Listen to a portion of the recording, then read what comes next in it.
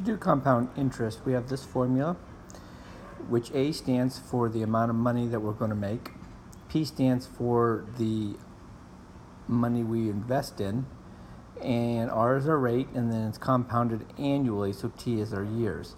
So we want to solve this problem that we're given here. If you invested $1,000 in an account, whose interest? So we need to have our formula and put in these numbers. The 1,000 will go into the principal part because that's what we invested.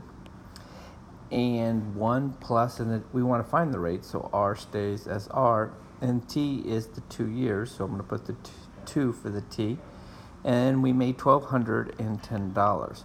Now when we have a formula figured out, we want to solve for R. To solve for R, I have to get rid of the 1,000 first, so I divide by 1,000. When I divide by 1,000, I get 1.21, and that equals 1 plus R n squared. So now we're going to use the square root property. So I'm going to take plus or minus the square root of 1.21 equals 1 plus R. And when you do that problem,